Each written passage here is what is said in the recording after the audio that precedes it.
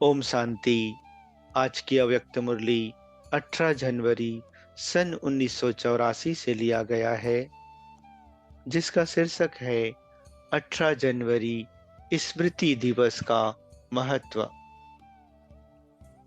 18 जनवरी स्मृति दिवस का महत्व। आज सभी स्नेही विशेष सेवाधारी बच्चों को वतन में बुलाया था।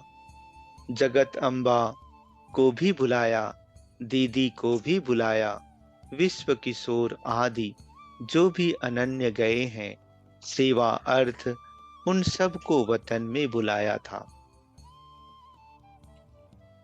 विशेष स्मृति दिवस मनाने के लिए सभी अनन्य डबल सेवा के निमित्त बने हुए बच्चे संगम के ईश्वरीय सेवा में भी साथी है और भविष्य राज्य दिलाने की सेवा के भी साथी हैं, तो डबल सेवाधारी हो गए ना। ऐसे डबल सेवाधारी बच्चों ने विशेष रूप से सभी मधुबन में आए हुए सहयोगी स्नेही आत्माओं को याद प्यार दी है। आज बाप दादा उन्हों की तरफ से याद प्यार का संदेश दे रहे हैं। समझा? कोई किसको याद करते, कोई किसको याद करते। बाप के साथ साथ सेवार्थ एडवांस पुरुषार्थी बच्चों को जिन्होंने भी संकल्प में याद किया, उन सभी की याद का रिटर्न सभी ने याद प्यार दिया है। पुष्प शांता भी स्नेह से याद करती थी। ऐसे तो नाम कितने का लेवें, सभी की विशेष पार्टी वतन में थी। डबल विदेशियों के लिए विशेष दीदी ने याद दी है। आज दीदी को विशेष बहुतों ने याद किया ना, क्योंकि उन्होंने दीदी को ही देखा है। जगत अम्बा और भाऊ अर्थात विश्व किशोर को तो देखा नहीं, इसलिए दीदी की याद विशेष आई। वह लास्ट टाइम बिल्कुल निरसंकल्प और निर्मोही थी। उनको भी याद तो आती है, लेकिन वह खींच की याद नहीं है। स्वतंत्र आत्मा है। उन्हों का भी संगठन शक्तिशाली बन रहा है। सब नामी ग्रामी है ना। अच्छा,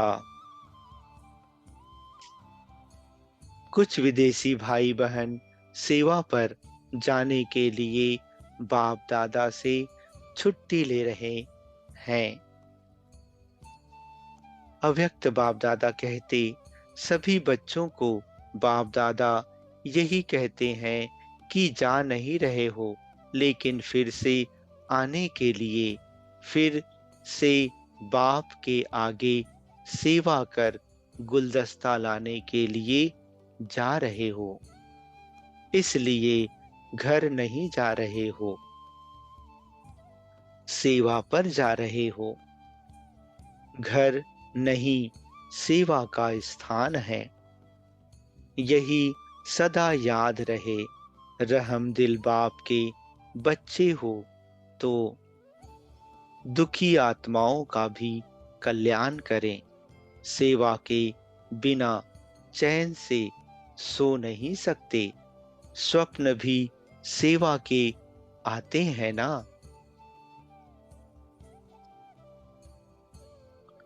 आंख खुली, बाबा से मिले, फिर सारा दिन बाप और सेवा। देखो बाप दादा को कितना नाज है कि एक बच्चा सर्विसेबल नहीं, लेकिन इतने सब सर्विसेबल हैं। एक एक बच्चा विश्व कल्याणकारी है।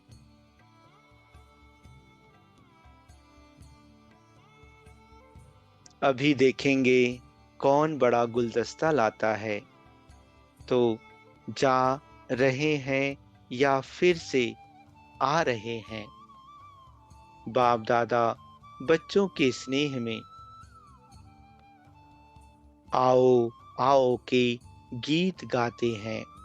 जैसे जैसे मास पूरे होते जाते हैं तो बाप दादा गीत गाते, मधुबन में आओ, मधुबन में आओ।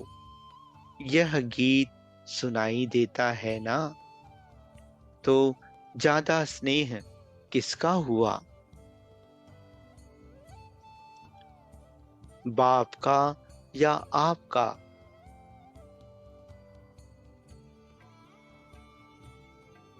अगर बच्चों का स्नेह ज्यादा रहे तो बच्चे सेफ अर्थात सुरक्षित हैं।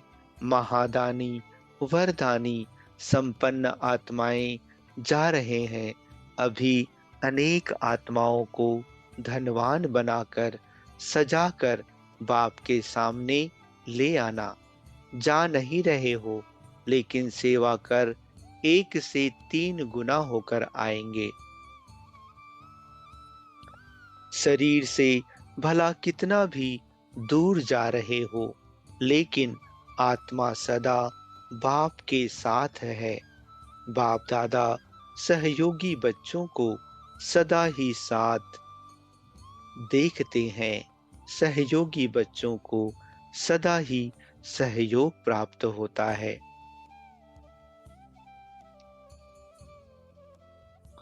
प्रश्न है, किसी भी बात की उलझन मन में उलझन पैदा ना करे, उसका साधन क्या है?